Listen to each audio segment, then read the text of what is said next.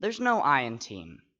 We've all heard this cliched and annoying saying that means on a sports team, you can't try to be the star. You need to be part of the team. For instance, you don't want to be that one guy that scores a goal or makes a basket and starts screaming. Now, it's natural to celebrate, but there is a limit. There's a Geico ad where a guy scores a goal and he starts to do the slide. Now, the commercial is how 15 minutes can save you 15% or more on car insurance, but it's a good representation on how pro athletes celebrate too much. And you probably get annoyed when professional athletes' personal antics on and off the playing field disrupt the game.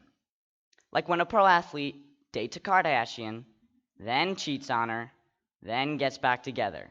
Like, make up your mind. And how am I supposed to concentrate on the game when I have to think about all this nonsense? And don't get me started on their hissy fits. For example, Odell Beckham Jr. He plays for the Browns. He got mad, and of course, he started to pout, so he threw his helmet at the kicker's net, and it came back like a punching bag and hit him in the face. He even started to cry. And tennis player John McEnroe used to throw temper tantrums whenever he lost. Now, all of these athletes are very talented, but because they are so talented, it goes to their head, and they think that individually, they are more important than the team they are a part of. These athletes are why there shouldn't be a 9 team. So you might be wondering how this has anything to do with anything. Like, why should I care? It's kind of funny.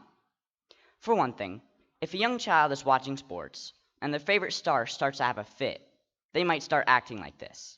This is a real problem. But there is also something else. As much as the athletes above have shown us that there shouldn't be an I in team, there's a flip side to this saying.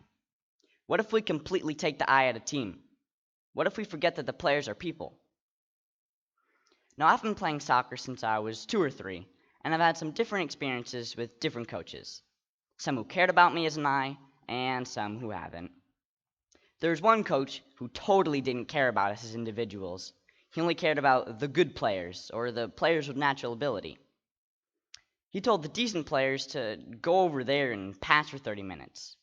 Then he took the good players and taught them foot skills, while the other players passed. We lost almost all of our games. Now, my other coach, who cared about the team as individuals, took the time to get to know us. He talked to us, treated all players as equals, and taught us what it meant to be on a team.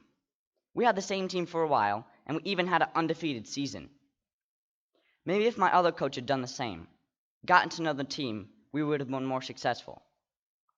My coach who cared sat us down and asked us questions, not just about soccer. Things like, what do you do in your free time, and what's your favorite food? This helped us get connections with the other players and the coaches. Now, this isn't just about me, little kids, and teenagers in sports. When we take the I out of team, we forget our humanity. We forget that the men on the football field are shortening the durations of their lives to entertain us while we eat nachos, and we forget to honor them as human beings. Colin Kaepernick played for the 49ers, and during the national anthem, he kneeled instead of standing. He did this to exercise his belief that people of color aren't necessarily being treated fairly.